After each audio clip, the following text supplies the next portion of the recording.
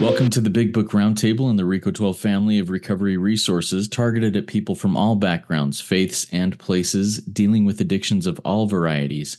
RICO 12 is also a resource for the loved ones of addicts and for anybody who's seeking a solution to a seemingly hopeless state of mind and body in their lives. I'm Justin B., a child of an all-powerful and all-loving God and a multidisciplinary addict living in the miraculous recovery and the promises of miraculous recovery that are found in the Big Book of Recovery of Alcoholics Anonymous. And I'm grateful to be the moderator of this roundtable. I'm joined today by David G. and Nikki M. And just grateful to have this little family around this virtual roundtable gathering from all over North America to have this conversation. So, David, why don't you just take a second and introduce yourself? Yeah, happy to. Justin, thank you for your service as always. And Nikki, always so good to see you, sister. I'm David G. I'm an alcoholic addict of many sorts from Oklahoma. I've been in the rooms of recovery for 20 years or 30 years, August 8th. So thanks so much for having me here today. Awesome. Coming up on 30 years. That's awesome. Nikki, why don't you take just a second to introduce yourself? Hi there. God morning, God afternoon, God night, wherever you are in the world. I'm Nikki M. And I'm a very grateful member of this program. And recently my sponsor said, that's part of the step 3 decision, not just to give my life to God, but to really make a decision daily. Am I going to show up as a member of this program? And I am. And I want to be in these rooms for 30 years because there's no other place like it. So I'm just excited for David G. to be celebrating 3 decades in this lifestyle and not perfectly, but just being here is just a miracle and inspiring. Thank you. Thank you, Nikki. And I also am grateful to be here, joining you too in this process and in this work. Just to as a note to those who may be new to the RICO 12 family of recovery resources, this is the Big Book Roundtable. We, David, Nikki, and I snorkel through the Big Book line by line. If you haven't listened to us from the beginning, we started at the title page, and we are moving through things. We are currently in the chapter We Agnostics on page 50, and we'll read about a page today and really dive into it and share history, experience, strength, and hope and understanding of our own in this. We also have a couple of other resources that are out there, the RICO 12 weekly speaker meeting, as well as Noodle It Out with Nikki M, where we just gain experience, strength, and hope from all sorts of places and people. So come join in with us if you feel inspired to do so. We are grateful to receive donations and contributions. You can find out how to do that in the show notes of this podcast and of any of the RICO 12 podcasts. All right. Today, as I mentioned, we will be continuing in the chapter We Agnostics. Starting on page 50, towards the bottom of the page, here are thousands, and we will read through page 51, just a few paragraphs today. For his astronomical heresies is where we will read through. Here we go. Here are thousands of men and women, worldly indeed. They flatly declare that since they have come to believe in a power greater than themselves, to take certain attitude toward that power and to do certain simple things, there has been a revolutionary change in their way of thinking and living. In the face of collapse and despair, in the face of total failure of their human resources, they found that a new power, peace, happiness, and sense of direction flowed into them. This happened soon after they wholeheartedly met a few simple requirements. Once confused and baffled by the seeming futility of existence, they show the underlying reasons why they were making heavy going of life. Leaving aside the drink question, they tell why living was so unsatisfactory. They show how the change came over them. When many hundreds of people are able to say that the consciousness of the presence of God is today the most important fact of their lives, they present a powerful reason why one should have faith. This world of ours has made more material progress in the last century than in all the millenniums which went before. Almost everyone knows the reason. Students of ancient history tell us that the intellect of men in those days was equal to the best of today. Yet, in ancient times, material progress was painfully slow. The spirit of modern scientific inquiry, research, and invention was almost unknown. In the realm of the material, men's minds were fettered by superstition, tradition, and all sorts of fixed ideas. Some of the contemporaries of Columbus thought a round earth preposterous. Others came near putting Galileo to death for his astronomical heresies. All right, we're going to pause there and dive into this couple of paragraphs of reading, and then in the next one we're going to get into some deep stuff also. But what I'd like to do is just take a few minutes and have each of us share a little bit of what we gained from this, maybe some history behind it, maybe a little bit of experience, strength, and hope. Let's start with David.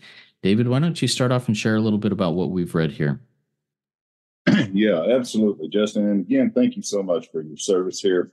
What you do with Rico 12 and all of this is second to none, in my opinion. So I love this part of the book. Hell, I love every part of the book. This is powerful. This is coming to believe in something greater than self. It's not coming to believe in, it's coming to believe that a power greater than self can restore us to sanity. We're disconnected from power or thinking.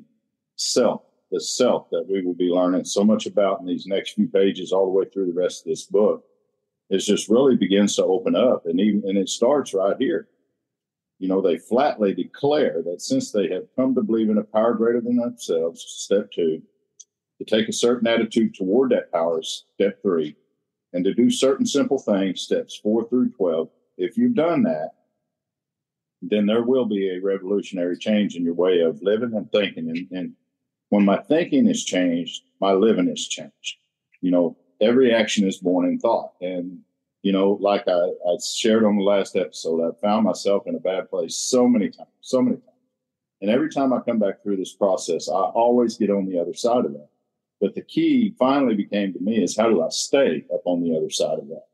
And I really began to take a deeper dive into this book, looking at every word, every sentence.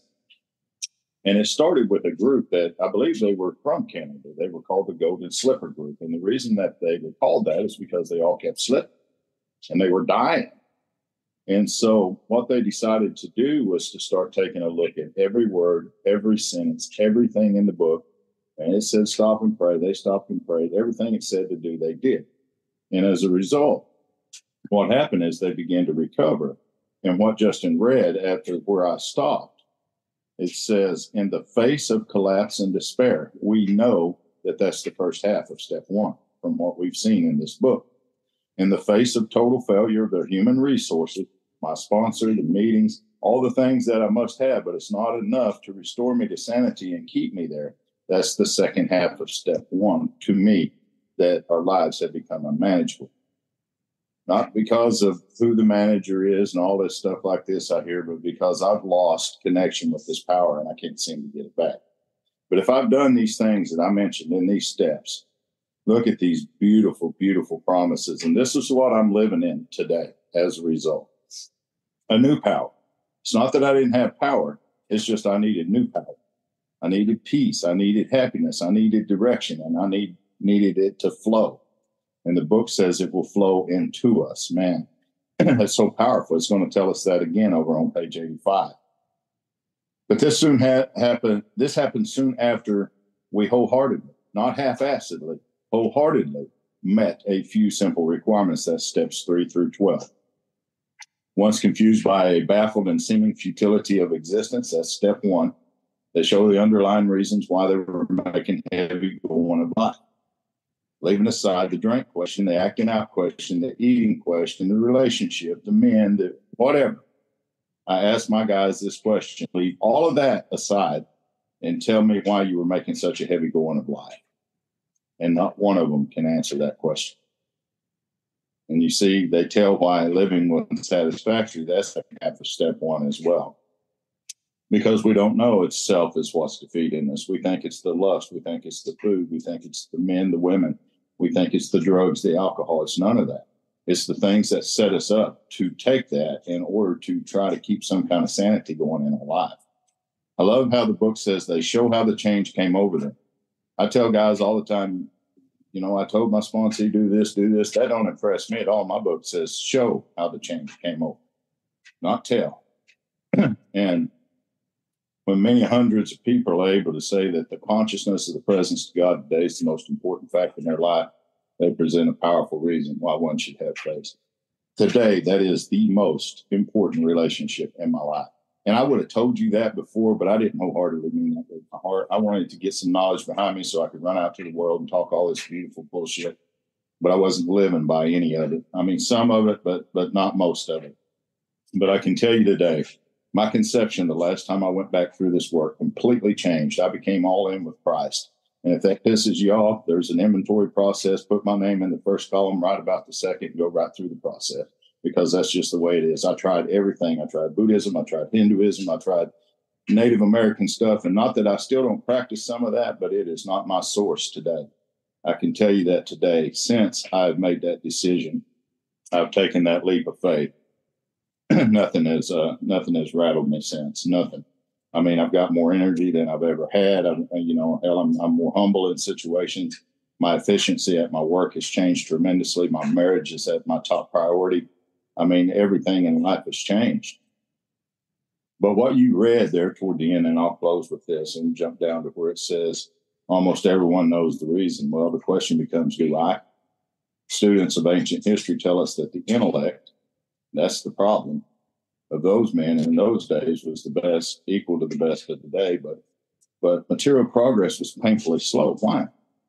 Because the spirit of modern scientific inquiry, research, and invention was almost unknown. But here it is, in the realm of the material. See, there wasn't the realm of the spirit there. They were more focused on the material. And this is what happened to me more in my recovery through the years. And as a result, my mind gets fettered. It starts moving backwards to the old power, to the old superstition, the old traditions. And this key word, fixed ideas. If these ideas are fixed within me, there's little chance of my recovery. When we get to the prayer work in step 4, we stop right there. I got a guy in it right now. I don't let them move until they have forgiven everyone through that prayer work. And so if you've read the history of Columbus, then you know the rest of this story. You know, here was a man that stood on the seashore day by day by day by day and said, I don't believe that the world is flat. I believe it's round. Everybody else was saying you're crazy. But as long as he stood there saying that, it was just a belief. Step 2 is about believing in a power greater than self, but a belief without any action is just a belief. It's useless. It's worthless. It's not until we make a decision based on that belief and take action through the rest of these steps that belief begins to come true. And that's exactly what he did in his life. One day he made a decision based on that. He went out to sea. There's a whole story behind it. And he found America. You know, I mean, it's been hell for us Native Americans ever since. But notice what it says. Some of the contemporaries of Columbus thought. There's the key word, thought. A round earth preposterous. They were wrong. Could I be wrong about the belief that I've had in God all these years up until now? Could I have been wrong about some things? The answer is yes. So this is a powerful part of the book. I encourage anybody who's doing this work or thinking about doing this work, dive in this still. It'll change your life forever. I'm glad to be here. Thanks, Justin. Thank you, David. I really appreciate it. And I've got a question for you when we get to that. Nikki, why don't you share a little bit about your insights from this reading? Oh, well, thank you so much, you guys. I need to be here this morning because let me just say it. I'm literally waking up in the realm of the material world right now. I have a situation. If anybody has a situation going on in their life, you need to be at a round table, listening to a round table, or buckled into the center of this herd. Because this is the only way I'm going to get out is keeping my mind here. So I just want to prelude that with this. I needed to hear all this, and I needed to hear David. So yes, I put my name in here. Here are thousands of men and women, and I put my name in there because now in 2024, it's millions. It's millions of men and women. And I'm worldly indeed. I'm from Orange County, California. I live in Toronto, Canada. I hold a passport from the Caribbean of Dominica, and I live in Luxembourg. I'm very worldly indeed. And I can honestly say that I've come to believe, I can declare that since I've come to believe in this power, and I've been here 12 years. I haven't been here as long as some people in the rooms, and it's taken me time. And I've had to do a lot of things to get this certain attitude. And what is a certain attitude? That nothing comes before God. For me, that means nothing comes before the spiritual principles and nothing comes before my 12-step program, period, full stop. And I have to take a certain simple things.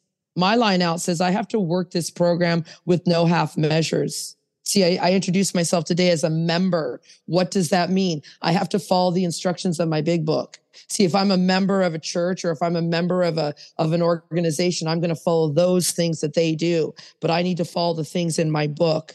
And it says simple. See, this is so simple.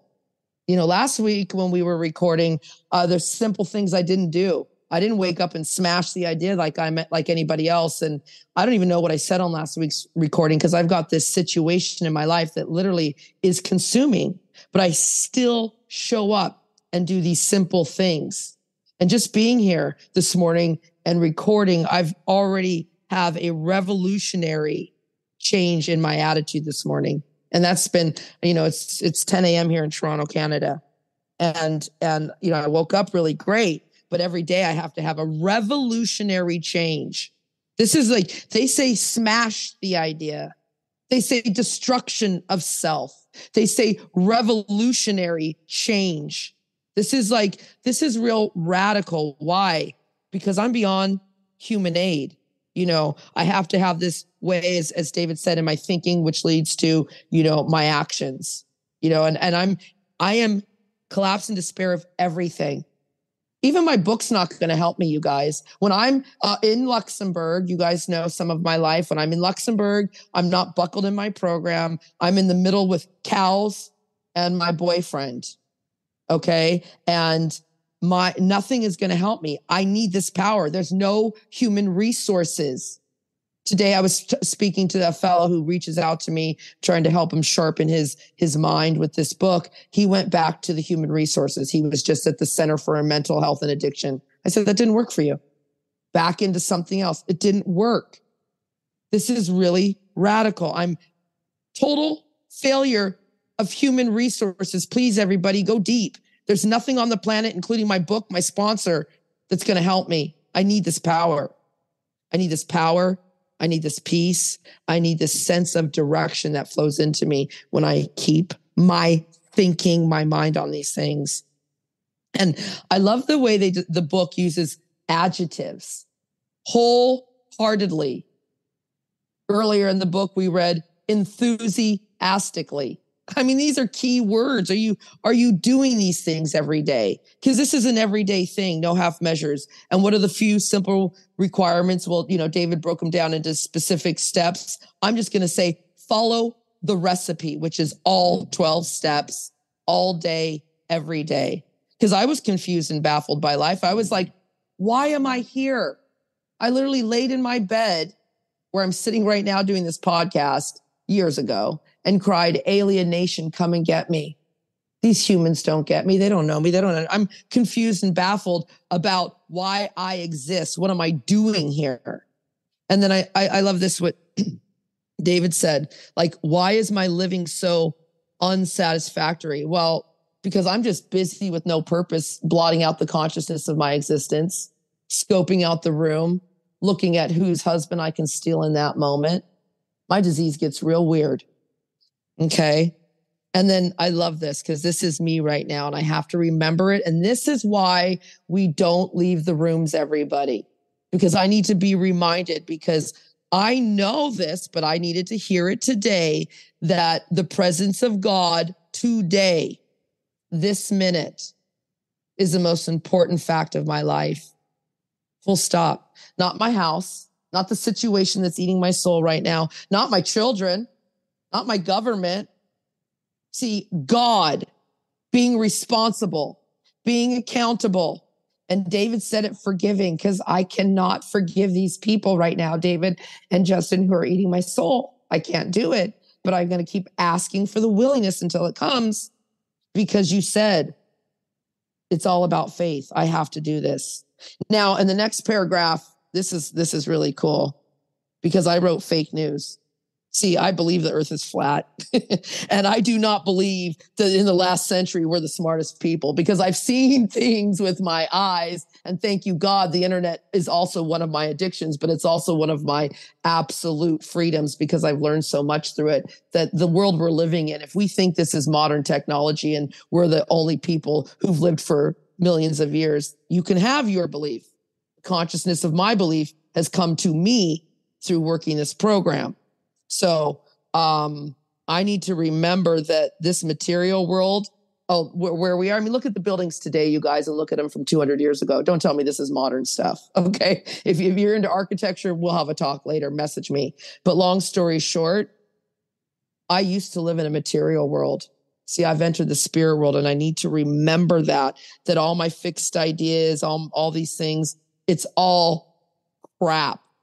I live for God, Nikki. You are not in the realm of a material world anymore. This is mind blowing. I can't even put it into words right now. I can't even, I don't even know where to end on this, because this last paragraph to me is all fake news. This is anything I've been taught over the years, all of it, fake news. I am really coming into a new belief system where I don't even know how to put it into words, Justin. I think I need to end there, because God, these principles are the only thing that matters to me. I needed this reminder today. Thank you. Thank you, Nikki. And I have a question for you too here when we get there. But let's start off here with David. David, you talked about could I still be wrong? Having that question, could I still be wrong about things? How have you experienced that even in the rooms of recovery for yourself after nearly 30 years?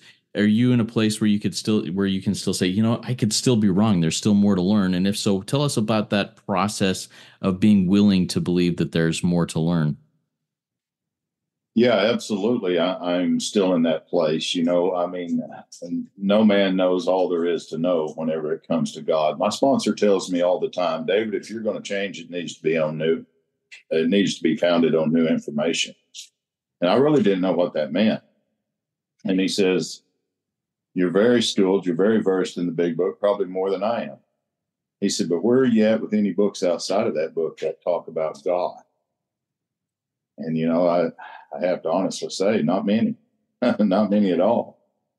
So really, I mean, my experience with God is been a beautiful experience over and over and over. Every time I go to the well, it seems to get deeper and deeper, even though I think it's going to be dry this time. But the recipe for me now is to begin to grow based on new information. And that's what I've started doing. I've started reaching out to other resources. I went back to my native heritage tradition. I have a shaman that I walk with here in Oklahoma, old full-blood Cherokee Indian that has taught me many of the ways of the spirit of nature that our book talks about. And it's just a beautiful thing. I was in an incident at work not too long ago, and it really restricted me on my phone use while I'm driving up and down the road, whereas I had a lot of access before. That turned out to be a very good thing, because what it's done is it has really enabled me to have more time in prayer, for one, going up and down the road. If I see an accident on the side of the road, I pray immediately. I do, I'm still able to listen and do the things we do. I just can't talk. So, I started noticing a lot of different things with the birds and with the earth and with the trees and the water and the river. And it's just, my experience with God has deepened through that. But yeah, I can absolutely still be wrong in some of the concepts I have. People question me sometimes, and if I don't have a really sound answer for that question, then I need to relook at that in my experience and not be saying that much anymore. But one thing I know for sure is that God revealed himself to me through this big book many, many, many times over. That's never, ever, ever failed. And I'm open and willing to do all those other things. But at the end of the day, I'm always going to come back to what absolutely works in my life. And that's the instructions as laid out in the big book of Alcoholics Anonymous. Yeah, thanks, Justin. Yeah, thank you, David. Nikki, my question for you kind of goes along with what you shared, how, you've got people in your life right now that you just are really having a hard time finding the willingness to forgive. And we don't need to go into specific details on that. But what I'd like to do is kind of invite you to look back and remember a time when you thought you had somebody that you could not forgive absolutely, and yet God put it in your life to be able to forgive that person and create things. Can you share an experience of like that in your life and in your recovery? Yes, I can. I have two examples, actually. I have a baby daddy, everybody. That means you're not married, but you make a baby with somebody. I got two of them, okay? Baby daddy number two. We like to call him BD2 for short. And I couldn't forgive him. Don't you know he ruined my life? Don't you know what he did? Well, through working this program and through sponsoring men, I realized that the people who wrong me are spiritually sick. And so I not only could forgive him, I could make a great amends, right? Not read him a letter. I'm sorry I took you hostage and made a baby with you and then threw you out a year later and the baby for my drug of choice. I'm not going to sit and read it. That's not what it says. It says my behavior will convince him more. So 5 years later, I was able to buy him when my son needed a car, buy him and my son. It was a used car, not a big deal, but I had the money. God blessed me, and buy them a car. All they had to do was get insurance. That was a great amends. How about go even deeper? My father. See, I was going to write a book called I Accidentally Slept with My Dad because I didn't know what he looked like. Okay, this is the title of it. And I know a lot of women like that. I didn't meet my dad till I was 18 years old. So let's go deeper here. In working this step work, perhaps the people who wronged you are spiritually sick. Yep. Why? Because I got an idea. Page 90 says, and David took us here a long time ago, this is not just for get an idea of your sponsee, get an idea of the persons who's wronged you. Let me just get there real quick of his behavior. God, my dad didn't even know his dad. His problems. He grew up in the Caribbean. He's one of 13 brothers and sisters from 9 different men. My grandma Lucy got around, okay? The seriousness of his condition. He doesn't even know how to be a dad. He didn't even have a dad. That's his religious leanings. He's a Rastas, part of the community. Lots of baby mamas, whatever you want to call it. That's not all Rastafarians, some. I'm not lumping them all in. See, I need this information to put myself in his place, so I can see how my dad would like me to approach him if the tables were turned. My dad's never been on a plane to come and see me in Canada. Why do I have a Dominican passport? Because I've gone there to meet him multiple times. I forgave him a lot, even telling him, I love you. What do you need from me? So I know that I'm going to have to forgive these neighbors of mine. I know. And it just says here, everybody, it just says ask for the willingness. And it's going to come because I live in the spirit world. And once I realize that this house is not even mine, I'm just a caretaker of it. Once I get back into the reality, once I remember that is old thinking, my house, it's not mine. It's all a matrix. Nothing's real here, Justin. I mean, only God's real. Only love's real. Only forgiveness is real. So I have forgiven many, many people. And guess what? Many, many people have forgiven me. So how can I not forgive my sweet, sick neighbors? Yeah, thank you, Nikki.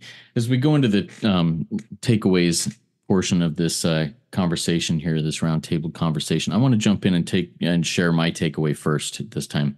When I focus, something that David said earlier, when I focus on the material, I get caught up in the superstition. And a few years back, I was getting very caught up in the material. I was getting caught up in the news, in the things going on in the world, things that I had zero control over and zero influence on. And it was killing me. I was seriously wanting to die from things that I was focusing on and dwelling on that I had no control over. And at that point, I had a very wise person sit down and basically be an intermediary between God and me, this person who said, it was a commandment, basically. He said, God is commanding you to stop watching, reading, listening to the news. And at that time, I thought there is no way that is going to work. But I took that seriously at the time. And I have not watched, listened to, or read the news. I have no idea what's going on in the world. And I can tell you that I am at perfect peace and ease with myself and with the situation in the world. It's a beautiful thing. And I'm not saying that everybody needs to do that. That's what I needed to do, so I wasn't getting caught up in the superstition, in the things that I had zero control over and had no idea whether it was true or not, and couldn't find out by my own seeking. And it has brought me a ton of peace. So that's my takeaway from this. I needed to stop focusing on what seemed to be the material and getting caught up in the superstition. David, what's a takeaway that you have from our conversation today? Well, I absolutely love yours. And that's the same thing that happened to me. I just noticed that I was full of judgment. I was full of resentment. I was full of hate whenever it came to those things. And I just had to back away from that. And at first it was difficult, but it's absolutely, it's absolutely true. I don't watch it either. People tell me all the time, how are you going to know what's going on in the world? I tell them because people like you are happy to tell them. So, thank you. But for me, it's just, my idea of God and the God idea are two different ideas. And so if my idea is not working, maybe I need to seek something that does. And I mean, people in the listening audiences have heard us talk for weeks about our recovery and about the things we do. We all know that the solution is God, power, source, spirit, whatever you choose to term it as. But what we don't know is what the problem is. We think it's drugs, alcohol, lust, sex, booze, all this stuff. But it's not. It's self. It's the things that drive us to that. And that's what the rest of this is going to lay out. So that's my takeaway today is if your idea of God is not working, get with one that does. Follow us through the rest of this book, and I promise you'll have a new experience. Thanks. Thank you, David. How about you, Nikki? What's the takeaway you have from this? I'm talking about a revolution. Hey, I don't sing. I think the Beatles wrote that song, but that's what's needed. I need a revolution in this brain of mine. I don't live in the material world anymore. None of this is real, Nikki. God is doing for you, not to you. I needed to remember this. Thank you. I am in a revolutionary change. None of this is real.